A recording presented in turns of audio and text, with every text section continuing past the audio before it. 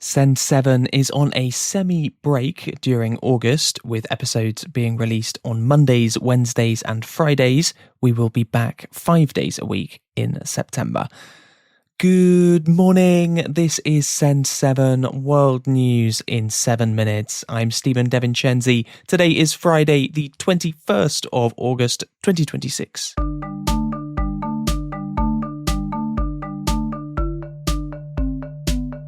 Starting in the Americas today, in the United States, public debt has passed $40 trillion for the first time.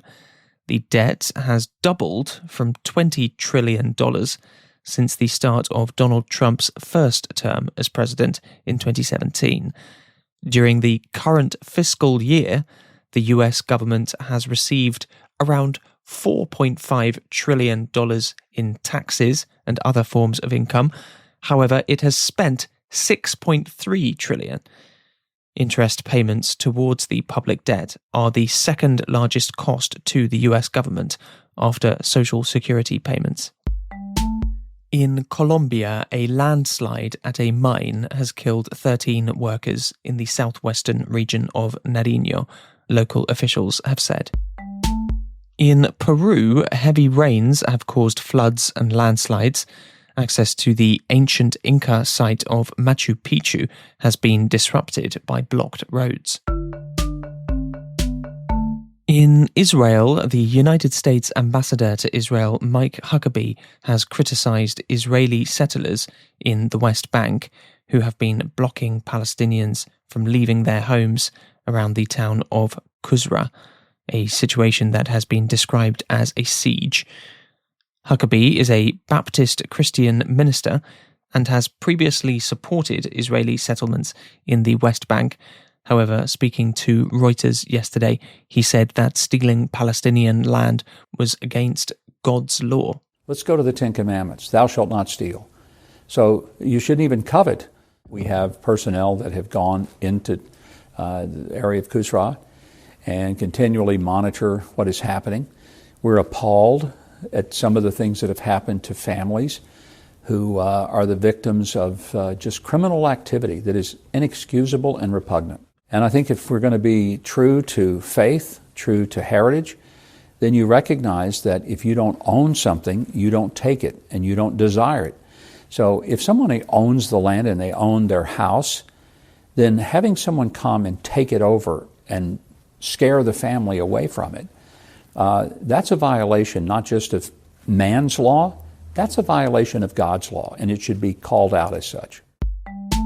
Also in Israel, the Israeli military has admitted that its soldiers fired at a car in which a 5-year-old girl and 6 other family members were killed in Gaza in 2024, and also at an ambulance which attempted to rescue them. The story became a major news item in 2024 after various rights groups and news groups gave evidence to show that the Israeli military had attacked the car and ambulance, which Israel denied until now. In Indonesia, an 84-year-old woman was recovered alive 3 days after being trapped under her destroyed home on the island of Flores, where an earthquake hit on Saturday. In China, the World Robot Conference is currently taking place in Beijing. Over 300 companies from around the world are showing their robots, including robots used for specific industrial reasons, and humanoid robots which can perform various tasks. Africa. In the Democratic Republic of the Congo, the number of confirmed deaths from this current Ebola outbreak has risen to 2,325, making this the deadliest Ebola outbreak ever in the DRC. The United States has deported 20 people to Liberia. Liberia's information minister, Geraldine McPia, has said that Liberia will accept 1,200 deportees from the United States, including people from Africa, North and South America, and the Caribbean. Spain has said that 500 migrant children in the enclave of Ceuta will be relocated to mainland Spain. Europe. In Ukraine, former Defense Minister Mikhailo Fedorov released a video this week in which he calls for elections despite the war with Russia. Elections would have been held in 2024. However, Ukraine has been under martial law since the first day of Russia's full-scale invasion in February 2022. During martial law, elections are suspended.